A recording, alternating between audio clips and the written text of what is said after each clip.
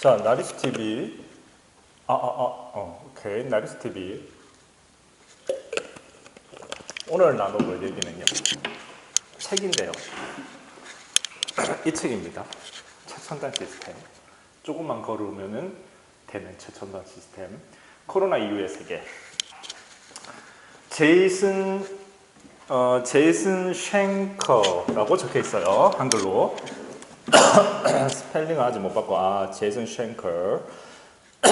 자, 뭐 미래학자라고 해요. 미래학자. 뭐 미래학자라 하면 사실 우리 엘빈 토플러 제일 유명하죠. 엘빈 토플러 제일 유명한데, 근데 사실 이거는 이 책을 이제 우리가 나눠볼 텐데 이야기를 이 책과는 좀 별개로 제가 봤을 때 최고의 미래학자는 성경 요한계시록을 쓴 요한이다. 일단은 뭐 다양한 해석이 있는데, 뭐 성경에 뭐 딴 건 제가 요한계시록을 읽어봤지만 다른 거는 너무 함축적이라 솔직히 뭔 말인지 하나도 모르겠고, 딱 하나 짐승의 표를 받은 자만이 무슨 매매가 가능하다. 근데 그거를 뭐 그 사람이 뭐 짐승의 표라고 지칭을 했는데, 그게 이제 그 이유나 의미가 있겠죠. 근데 이제 그런 걸 다 떠나서 이제 어떠한 그러한 그것이 이제 뭐 요즘 뭐 생체칩 뭐 그 마이크로 어떤 베리칩 뭐 이런 식의 이제 이야기들이 많이 되는데, 그거는 진짜 좀 절묘하게 맞아 들어가니까 그렇게 하지 않으면 이제 소비가 어렵다, 소비를 불가능하게 할 거다라고 이제 그렇게 이제 적어놨는데, 그 어느 옛날에 그게 이제 적혀 있는 거라고 치면은 요한계시록을 쓴 요한이야말로 엄청난 미래학자다. 어마어마한 미래의 일을 그때 당시에 예상을 했겠죠. 근데 그때는 이제 뭐 베리칩이나 이런 단어가 나온 게 아니니까 이제 짐승의 표라고 그렇게 이제 지칭을 했는데, 어찌되었건 그 부분만큼은 굉장히 제가 흥미롭다 이렇게 보고는 있습니다. 근데 이제 뭐 미래 시대에 어쨌든 뭐 종교라고 하는 것은 다 각자 자기의 양심에 따라서 이제 종교에 의지하는 사람은 의지하는 거고, 뭐 나는 나를 믿는다 이러면서 이제 자기의 능력만을 생각하는 사람은 자기 능력만을 생각하게 되는 건데, 뭐 그런 걸 떠나서 일단은 이제 상당히 이제 요즘 시대에 굉장히 흥미로운 읽을거리인 건 분명하다. 요한계시록이 뭐 이런 생각은 드는데, 나머지는 뭐 솔직히 너무 함축적이라서 다양한 사람들의 뭐 다양한 해석들이 있지만, 뭐 그분들의 해석이 얼마나 신빙성이 있는지에 대해서는 사실 잘 모르겠고, 뭐 일단 제가 납득이 되어야 저는 납득하는 스타일이기 때문에 그런데 다른 부분들은 어쨌든 제가 이제 여러 가지 뭐 성경에 대한 연구를 했던 것은 아니라서 거기 성경에 대한 지식이 좀 뭐 일천하다 보니 다른 부분에 대해서는 이제 해석이 좀 전혀 안 된다. 근데 그 문장 하나만큼은 정말 기가 막히게 명쾌하게 잘 적혀 있는데, 그 문장만큼만 딱 그것만 떼서 봤을 때 최고의 미래학자는 요한이다 이런 뭐 생각은 들어요. 근데 어쨌든 우리가 엘빈 토플러가 유명하고, 그 이후에 뭐 여러 가지 미래학자라고 이제 자처하는 사람들이 많이 있죠. 글쎄요, 뭐 미래학자라고 하면 이제 똑같이 미래를 이야기를 하는데, 우리가 뭔가 함축적이고 어떤 이 신비주의적 능력에 입각해서 미래를 이야기하면 이제 선지자, 예지자가 될 것이고, 뭔가 학문적인 어떠한 그러한 지식적 근거를 바탕으로 해서 미래를 예측하면은 그것은 이제 미래학자가 될 텐데, 그런 어떤 미래의 예측에 대한 수많은 부분들은 그 기존의 데이터를 가지고 그 미래에 대한 어떠한 자기 나름의 상상력과 센스를 가지고 이야기를 하게 되는데, 사실 과거에 있었던 역사를 본다라고 할 것 같으면 인간의 역사는 확실히 반복된다. 인류의 역사는 반복되고 흥망성쇠를 거듭하기 때문에 어찌되었건 우리가 지금 생각하는 형태의 뭐 국경의 나라들 뭐 이런 것들이 많이 있지만, 분명히 많은 나라와 많은 인류와 그러니까 많은 종족과 이러한 부분들이 분명히 흥망성쇠를 또 이룰 있을 것이고, 그 어떤 험난한 국제 정세 속에서 이 대한민국의 미래도 과연 우리 대한민국이 건국 이래 여러 가지 역동적인 에너지가 넘치는 모습으로 이렇게 달려왔지만, 과연 대한민국의 미래는 얼마나 밝은가? 과연 대한민국의 미래는 대한민국이라는 나라가 존속할 수 있을 것인가 하는 그러한 부분들은 지금 우리가 어떠한 전략적 선택을 하고 그리고 사실은 무엇보다 어떠한 이념과 어떠한 사고방식을 주로 갖는가. 근데 뭐 다들 생각은 다양하게 있겠지만 최소한 뭔가 열심히 일한다라는 관점에 있어서만큼은 옛날 사람들, 옛날 어른들을 요즘 우리들이 저 세대를 포함해서 따라가기는 조금 어렵다. 그러니까 이미 이제 대한민국의 경제 성장을 이루고 나서의 세대들은, 왜냐면 이제 사실 80년대 이후에 대한민국은 쭉쭉 이제 계속 그 한동안 성장하는 모습들이었고, 그 80년대 이후부터는 그래도 우리가 대한민국에 살면서 진짜 막 뭐 생일날에나만 고기를 구워 먹는다던가 이런 거는 이제 탈피를 했잖아요. 그 전에는 이제 사실 뭐 특별한 날에만 이제 고기 반찬이 있었고 뭐 그랬는데, 그러한 측면에서 봤을 때 이제 사실은 어찌되어 그 이른바 그래도 꽤나 먹고 살았던 세대들이 이제 그 주류를 이루다 보니까 사실은 이제 헝그리 정신을 따라가기가 어렵겠죠. 그리고 전쟁을 경험했던 세대들은 이제 다 뭐 거의 뭐 다 세상을 떠난 경우가 대부분이고, 모르겠어요. 우리 세대가 또 한 번 큰 전쟁을 경험할지도 모르겠어요. 느낌상으로는 한 번 큰 전쟁이 이 4차 산업혁명이 세상의 어떠한 그 기준, 세상을 변모시키는 과정 속에서 한 번 정도 또 한 번 그런 일이 벌어지지 않을까 하는 그러한 어떤 그 느낌은 있기는 한데, 제 느낌이 뭐가 크게 중요하겠으며,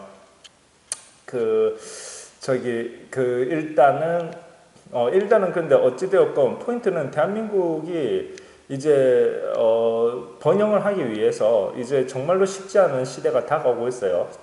왜 쉽지 않은 시대가 다가오느냐? 지금 어쨌든 이 책에서도 그렇지만은 코로나 이후의 시대, 세계. 그러니까 코로나가 휩쓸고 간 세계는 한동안 굉장히 이제 어떠한 상당히 지금도 이제 경제가 많이 죽어 있고, 이런 게 불황이구나 하는 것들을 우리가 볼 수 있잖아요. 그런데 이제 그런 어떠한 요소들이 코로나가 끝나고 나서 그렇게 쉽게 다시 성장의 형태로 바꾸기는 어렵고 시간이 오래 걸릴 것이다 라고 이제 이 미래학자도 이야기를 하고 있는데, 어쨌든 그러한 맥락 속에서 우리가 이 나라를 지켜나가고 이끌고 나가야 되지만 어쨌든 아까 이야기했던 뭔가 열심히 뭔가를 한다라는 맥락에 있어서는 오히려 요즘은 너무 열심히 노력하는 거를 마치 워라벨 이런 말도 있고 하잖아요. 뭐 삶과 어떤 일에 있어서의 어떤 균형도 잡아야 되고 이렇게 조금 이제 어느 정도 열심히 일한 당신 떠나라 이러면서 이제 좀 떠나주기도 해야 되고 이러한 느낌인데, 쉽게 얘기해서 쿨하고 좀 멋있고 막 열심히 일벌레처럼 일하는 거는 멋있어 보이진 않잖아요. 저는 상당한 일벌레죠. 저는 이제 그런 맥락에서는 하나도 멋이 없어요. 저는 이제 좀 이제 어느 정도 일했으면 이제 좀 즐기기도 하고 좀 이렇게 떠나기도 하고 해야 되는데, 사실 즐긴다, 논다라는 개념을 잊어버린 지 오래고, 제가 제일 좋아하는 거는, 제가 진짜 즐기는 거는, 저는 시간 나면은 독서하는 게 제 취미이다 보니까 저는 일하고 책 읽고 오히려 일하느라고 책 읽는 시간이 많이 줄어드는 그게 이제 많이 아쉬운데, 어찌되었건 어쨌든 좀 어느 정도 멋있게 보이기 위해서는 좀 놀 줄도 알아야 되고, 또 좀 왜 멋있게 노는 친구들 좀 멋있잖아요. 좀 이제 잘 노는 친구들 이제 아무래도 멋이 있으니까 또 달리는 것도 상당히 잘 치고, 그러니까 아무래도 좀 매력 있게 느껴지겠죠. 남자든 여자든 간에 멘트 잘 날리고 좀 잘 놀고 좀 이런 친구들이 그 매력을 어필을 잘 하기 때문에, 사실 그러한 측면에서 이제 어느 정도 먹고 살만하니까 자기의 매력을 높이는 데 자꾸 이제 집중을 하게 되고, 그러다 보니까 이제 여러 가지 맥락들이 너무 열심히 무언가를 하는 부분들이 이제 많이 희화화되거나, 그 가치가 이제 때로는 조롱당하는 형태의 어떠한 모습도 있는 것 같아요. 그러니까 이제 저처럼 사는 사람을 굉장히 이제 누군가는 한심스럽게 보는 사람도 있겠죠. 그런데 각자 자기 스타일대로 사는 거니까, 저는 저는 개인적으로 별로 노는 거를 안 좋아하니까 저는 개인적으로 이제 너무 유치하게 노는 거를 좀 한심스럽게 생각하는데 또 뭐 노는 거 좋아하는 친구들은 이제 또 그게 이제 자기는 잘 노는 거고 멋있는 거고 뭐 취미가 독서. 야, 너 어떻게 그렇게 재미없는 취미를 가지고 있니? 뭐 요즘 시대에 아직도 이 책을 읽는단 말이야? 막 이런 느낌이면은 또 그런 관점을 가진 친구들한테는 아주 뭐 제가 약간 뭐 그런 맥락에 있어서는 이해하기 힘든 뭐 그런 측면인데, 그러나 어찌되었건 분명한 사실은 그런 스타일의 생각을 가졌든 뭐 저 같은 스타일의 생각을 가졌든 미래 사회를 어쨌든 돌파해내야 하는 돌파구를 찾아야 되고 자기의 길을 만들어야 되고, 그러한 어떠한 그 어찌되었건 미래 사회에서 내가 생존할 수 있는 생존 전략을 짜야 되는데, 일단 저는 개인적으로는 저기 뭐지 어쨌든 그 생존 전략을 짜는 데 있어서 제일 중요한 건 역시 지력이다라고 생각을 하기 때문에 뭐 어쨌든 뭐 지력을 계속 쌓으려고 이제 하고 있는데, 지금 그래서 어쨌든 그러한 맥락에서 코로나가 워낙 전 세계를 강하게 덮치니까, 그러니까 이제 제가 이제 이 코로나 이후의 세계라는 책을 지나가다가 이제 우연히 서점에서 보고 그 자리에서 이제 구매를 했죠. 저는 뭐 서점 종종 들리다가 눈에 띄는 책이 있으면은 이제 구매를 하는 편인데요. 그래서 여기 이제 다양한 내용들에 대한 예측들이 많이 있는데, 뭐 어떠한 예측에 있어서는 상당히 이제 그 이 작가 이 쓰신 미래학자분의 뭐 그러한 또 상당히 이제 뭐 근거 있는 이야기들도 있고, 또 몇 개는 이제 그냥 이제 막연히 거의 어쨌든 근데 거의 우리가 생각하는 그냥 코로나가 지나가고 났을 때 그렇게 우리가 어떤 경제적 부흥이 쉽게 오기는 어렵고, 상당히 이 긴 불황의 터널이 좀 이어지다가 상당히 극복되기까지 시간이 걸릴 것이다, 아마 그러한 이야기이긴 해요. 그러니까 상당한 장밋빛 미래라기보다는 장밋빛 미래가 오기까지 상당한 이제 긴 어둠의 터널을 좀 통과해야 된다는 느낌으로 저는 이제 많이 받았는데, 그래서 이제 이 작가도 이야기를 하지만 코로나가 너무 어두운데 그러나 그 안에서도 우리가 긍정적인 요소를 찾아보자, 뭐 이러한 형태로 이제 글을 썼던 것 같은데요. 그런 문장도 있었던 것 같은데요. 어쨌든 그것이 사실은 저는 자꾸 이제 또 한 번 인류가 전쟁 카드를 꺼내 들게 되는 좋은 조건들이 만들어지고 있다, 그런 이야기들을 하고 있죠. 사실 뭐 여러 가지 경제 불황을 극복하는 방법 중에 이제 케인즈의 해법들을 이야기하곤 하잖아요. 그래서 정부가 재정 정책을 해서 돈을 풀어서 이렇게 저기 뭐지 불황을 공황을 탈출했다. 그런데 사실은 이제 그 관점보다는 사실은 이제 케인즈의 방식으로 탈출할 수 있었던 것이 아니라, 사실은 본질적으로 불황 탈출은 그때 이제 때마침 터져주었던 전쟁 덕분에 이제 그 불황이 탈출할 수 있는 요소가 되었다. 전쟁이라고 하는 것은 자기 나라에서 터지면은 재앙이지만 남의 나라에서 터져주면은 사실은 상당한 저기 뭐지 그 주변 나라 그 다른 나라가 상당히 이제 저기 뭐랄까요 좀 비즈니스를 할 수 있는 좋은 기회가 된다는 것은 분명한 사실이기 때문에, 지금 어찌되었건 대한민국도 전쟁의 어떤 한복판에 있다라고 봐야 돼요. 그러니까 전쟁이 일어날 가능성이 매우 높은 부분에 있다라고 봐야 되죠. 왜냐면 어차피 미래 전쟁은 미국과 중국의 어떠한 그 양강구도로 갈 가능성이 높은데, 그 속에서 대한민국이 어떠한 입장을 취하느냐에 따라서 대한민국이 전쟁의 불바다가 되느냐 아니느냐, 아니면은 패배한 나라에 줄 서느냐 승리하는 나라에 줄 서느냐, 이런 부분들에 있어서의 영향들이 저기 가강하게 이제 저기 받을 것이 너무 뻔하기 때문에, 지금 상황에서의 대한민국의 외교는 어쨌든 절대적으로 두 가지를 생각해야 되는데, 절대 대한민국에서 전쟁이 일어나지 않게끔 하는 외교 첫 번째, 다른 나라에서 일단 일어나더라도 대한민국은 좀 안 일어나야 된다는 부분, 그래야 우리가 오히려 경제를 살려낼 수 있는 좋은 어떠한 기회를 얻게 되고요. 만약에 대한민국이 그때 6.25 때처럼 그 또 전쟁의 한복판에 있게 된다, 이렇게 되어버리면 이제 다시 한번 엄청난 가난에 빠져들게 되겠죠. 그 다음에 이제 그 두 번째는 줄을 서려면 이기는 세력이 이제 줄 서야 된다라고 하는 건데, 어쨌든 제가 뭐 지난 영상에서 이야기를 했지만은 어쨌든 이 코로나가 사실 우한 폐렴이라고 하는, 그래서 중국이 기원되었다라고 이제, 그런데 이게 너무 고통스럽다라고 하는 부분들이 전 세계인들의 인식에 퍼지게 되면은 사실은 이제 반중국 세력들이 굉장히 강하게 결속할 가능성이 높고, 반중국 세력으로 그렇게 또 결속을 시킬 가능성이 높겠죠. 이거를 뭐 중국을 어쨌든 잘 타파를 해야 될 것이고, 중국 입장에서는 다른 나라 입장에서는 이제 그렇게 해가지고 이제 어떤 중국의 어떠한 그 뭐 여러 가지 뭐 힘을 약화시키는 쪽으로 그렇게 이제 하는 것이 이제 국제 정치니까요. 자, 그런데 지금 이 저자도 다양한 이야기들을 하고 있지만 제가 이제 우리가 사실은 상당히 잘 알고 있는 부분인데 그래도 역시나 한번 생각해야 될 부분들 한번 발췌해 봤습니다. 자, 복지는 그러니까 이제 사회보장제도, 복지 사회보장제도 이거 너무 좋은 말이고 그렇기 때문에 우리가 이거를 사실은 어떠한 정치적 어떤 행위를 하는 정치인들은 쉽사리 복지나 사회보장제도 이런 것에 있어서의 합리적 개혁을 주장하기가 쉽지 않죠. 왜?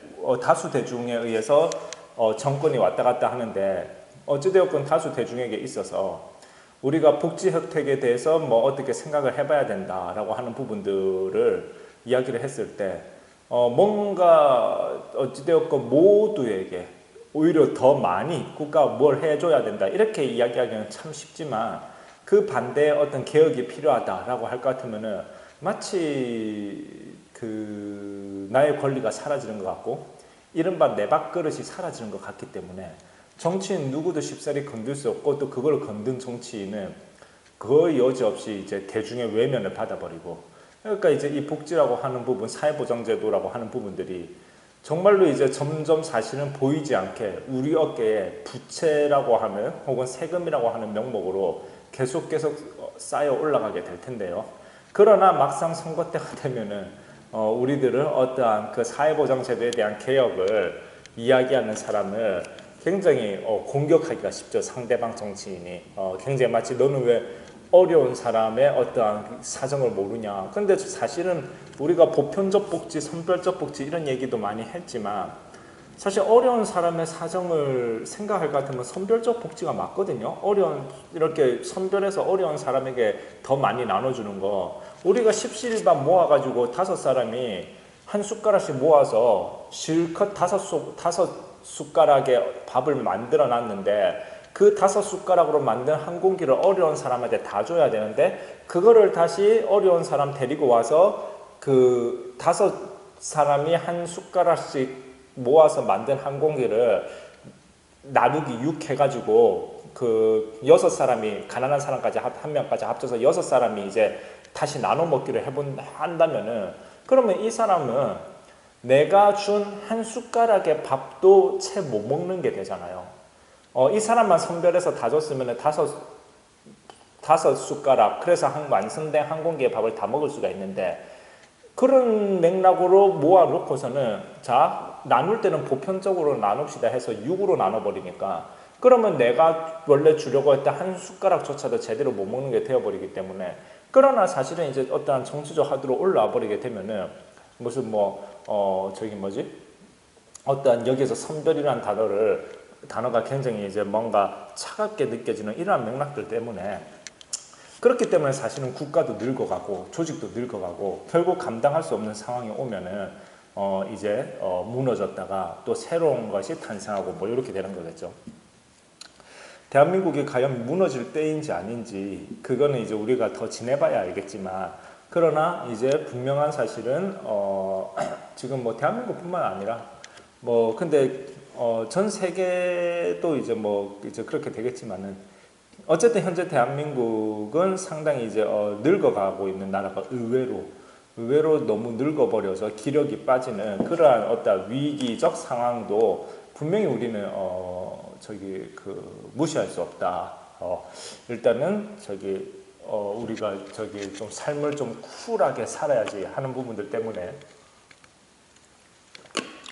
엄청 이제 뭔가를 열심히 하는 부분은 이제 더 이상 우리 보통 사람들의 스타일에 맞지도 않고 또 문제는 이제 엄청 열심히 하려고 마음먹은 사람이 있다라고 해도 사실은 이제 경제적 파이가 이제 자꾸 이렇게 확장되기보다는 경제 성장률이 계속 줄어들고 있으니까 그러니까 실질적으로 열심히 일하겠다 마음먹었어도 일자리를 찾기도 어려운 실질적으로 그런 문제들도 있죠. 그래서 어찌되었건 근데 그런 와중에 아무튼 우리는 코로나를 맞닥뜨리게 되었고 지금 이제 그래서 맞닥뜨리는 이 코로나 시대로 우리는 어쨌든 살아야 되는 거니까. 자, 그래서 이 미래학자가 이걸 이제 미국 사람이니까요. 미국에 대해서 이제 분석을 하는데요. 자, 봅시다. 미국 사회보장제도의 조상 말 그대로.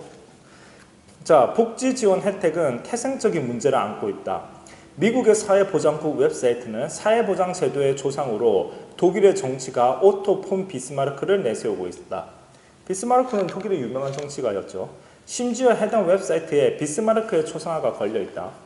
비스마르크는 현실 정치, 가로 열고 10년가 도덕이 아닌 실질적 권력과 물질적 요인을 중시하는 실용주의적 정치, 가로 닫고에 능한 강력한 정치인이었다.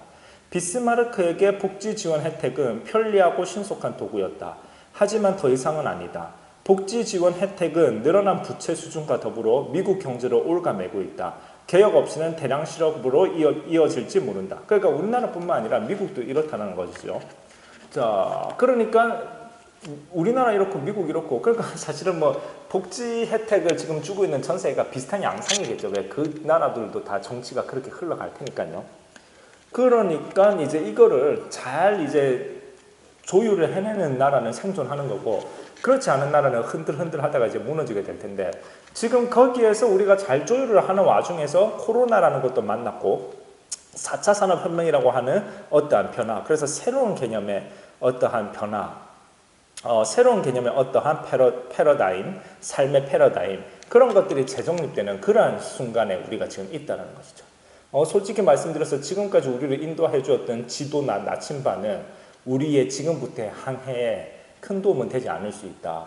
그러니까 과거의 것을 많이 공부해서 익혀야 되겠지만 그것을 그대로 하는 것으로는 생존하기 어려울 정도로 엄청나게 변화되는 그러한 모습들이 있을 수 있는데요.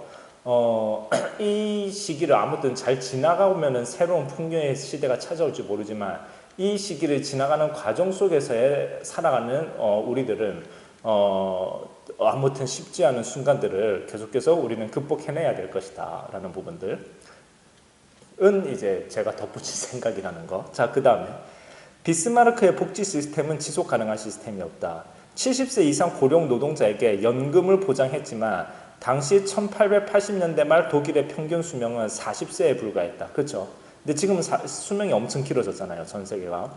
다시 말해 복지 혜택을 받는 사람은 소수에 불과했고 정부의 지출 비용도 무시할 만한 수준이었다. 그렇죠? 이럴 때는 복지를 강하게 주장해도 상관없죠. 비스마르크는 돈을 내지 않고도 정족들을 부술 방법으로 복지 혜택을 실시했다. 하지만 오늘날 미국의 복지 시스템은 재원도 없고 재무제표상에 잡히지 않는 부채가 되어 미국 경제 전체를 무너뜨리고 있다. 게다가 복지 혜택을 소득 삼아 의존하는 미국인들이 많아질수록 복지 혜택을 지속해야 할지 말아야 할지 끔찍한 딜레마에 빠진다. 도대체 이 시스템은 어떻게 구성되는 것일까? 비스마르크에게는 뾰족한 수가 있었다. 답은 바로 인구 구성에 있다. 즉 지금 인구 구성도 달라지고 있기 때문에 비스마르크가 처음 지속 가능한 복지 시스템을 도입했을 때의 그 상황하고 너무 달라져서 하나도 지금 지속 안 가능하다는 게 되죠. 소위 우리가 뭐 배보다 배꼽이 크다 이런 말 많이 하는데 그런 양상이 되어가고 있다는 거죠. 인구 구성이 문제다. 미국의 인구 성장률이 가파르게 둔화하면서 인구 구성을 계속해서 바꾸어 놓고 있다. 게다가 출산율이 감소하고 기대 수명이 늘어나면서 이 또한 인구 구성을 바꾸는 다른 요인이 되었다. 이 모든 것이 복합적으로 복지 지원 혜택의 재원을 고갈시키는 요인으로 작용하고 있다. 더 심각한 문제는 그 어느 대통령, 상원의원, 하원의원도 미국의 인구 구성을 바꾸어 놓을 수는 없다는 것이다. 이것은 어느 한 사람이 해결할 수 있는 문제가 아니다. 근데 사실 이런 것 때문에 여러 가지 음모론들이 나오고 있는 거죠. 사실 인구 감축을 하고자 하는 어떠한 세력에 의해서 전염병이 퍼진다라던가 등등에 대한 어떤 음모론도 나오고 있는데 어찌되건 그 현재까지는 인구 구성이 상당히 문제가 된다는 거죠. 복지 지원 혜택은 출산율 감소와 기대 수명 증가라는 두 가지 위험 요인을 안고 있다. 출산율 감소와 더불어 기대 수명의 증가는 비스마르크가 복지 정책을 시행하던 1889년에 비해 40세에서 80세 이상으로 2배나 뛰었다. 복지 지원 혜택을 받는 인구의 평균 연령은 70세에서 65세로 낮아졌다. 설상가상으로 고령 인구를 지원하는 의료 비용까지 덩달아 증가하면서 부담은 가중됐다. 미국의 인구 성장이 상당히 건실하다면 괜찮겠지만 그렇지 못하다는 것이 문제다. 그렇죠. 자, 그리고 라스트의 지적은 흥미롭다. 사회보장제도는 본질적으로 폰지 사기, 가로 열고 다단계 금융 사기다. 모든 폰지 사기가 그렇듯 신규 인력이 계속해서 투입되는 한 잘 굴러가는 것처럼 보인다. 안타까운 점은 복지 시스템의 한계가 왔다는 것이다. 지금 라스트라는 사람의 지적이 상당히 이제 뼈아픈 포인트 그리고 본질을 짚었는데요. 비스마르크가 처음에 이런 복지 혜택을 생각했을 때는 어떠한 사회보장제도라든가 그럴 때는 밑에 이제 사람들이 많고 굉장히 피라미드적이고 고령층이 빨리빨리 죽어줬기 때문에 이 밑에서 이 윗사람을 이렇게 복지 혜택을 주는 것이 크게 무리가 안 되는데 이게 이제 다단계 피라미드랑 똑같잖아요. 예를 들어서 잘 돌아가면은 합법이죠. 불법이 아니죠. 근데 이제 잘 못 돌아갈 때 이제 불법이 되어 버리는 거죠. 그러면서 폰지 사기가 되는데 뭔 말이냐면은 이렇게 피라미드가 있으면서 내가 누구한테 너가 우리 조직에 어떤 사람을 끌어들이면 내가 너한테 얼마를 줄게 하는데 그 돈의 재원이 어디에서 나온다? 이 사람이 끌어들인 두 사람한테서 돈을 받아가지고 이 사람한테 돈을 주고 그렇게 해서 이제 내 밑에 세 사람이 있으면 자 니네가 사람들 더 데리고 오면은 내가 니네한테 얼마를 줄게 해서 그 사람들이 더 데리고 온 사람들한테서 돈을 거둔 다음에 이 사람한테 주고 계속 이런 식으로 하게 되는데 이 시스템이 돌아가려면 밑에 사람들이 계속 들어와줘야 되는데 문제는 이제 밑에 사람들이 안 들어오기 시작하면은 위에 사람들한테 줄 돈은 있는데 나한테 재원이 될 사람들이 안 들어오기 시작하니까 그러니까 이제 돈이 비기 시작하는 거죠. 근데 이렇게 됨으로써 이게 이제 폰지 사기가 되어버리는 건데 지금 사회보장제도는 본질적으로는 이런 폰지 사기하고 다를 바가 없다라는 것을 주장하는 거죠. 그렇죠. 노년층은 많아지고 태어나는 층은 작아져 버리니까 사람들은 줄어들고 돈을 받아가야 될 사람들은 늘어나 버리니까 결국 폰지 사기와 똑같은 구조라는 것을 알 수 있죠. 우리가 괜히 이름이 아름답다 보니 괜히 이제 그런 생각을 못 했었는데 상당히 본질적으로 폰지 사기적 측면이 있다는 것을 우리는 새삼 한번 생각을 해볼 수 있습니다. 자, 재정 건전성에 대한 소망. 복지 지원 혜택은 재원 마련 없이 재무제표에도 잡히지 않는 대규모 부채가 되어 서구의 안정된 금융 시스템을 뒤엎고 경제 성장의 싹을 자른 채 민주주의마저 전복시킬 불안정 요인이 될 수 있다. 이 글에서 밝힌 내 견해가 표현에 과장이 섞여 있을지 모르지만 현실은 절대 녹록치 않다. 전지구조 차원에서 문제는 훨씬 나빠지고 있다. 그동안 주목하지 않던 문제들이 이제는 전 세계적으로 경제와 비즈니스 성장을 심각히 억제하는 요인이 될 것이다. 특히 그 영향은 퇴직자 수입의 급격한 감소와 핵심 생산 인구의 급여세 증가와 맞물려 나타나는 서비스 중심의 경제에서 훨씬 두드러질 것이다. 이러한 위험성은 미래 경제와 금융시장에서는 결코 가소평가할 만한 것이 아니다. 경제 전체가 폐쇄되고 공중보건체계가 마비된 현 시점에서 긴축재정을 고려하자는 말이 아니다. 팬데믹이 지난 후를 대비하여 책임있고 건전한 재정 지출을 보다 고민하고 설계해야 하는 시점이 되었다는 것이다. 그래야 이후 같은 위기가 다시 찾아올 때 우리는 좀 더 발빠르게 대처할 수 있을 터다. 물론 앞으로의 재정 건전성을 기대할 수 없을지도 모른다. 다만 내 작은 소망이 그렇다는 것이다.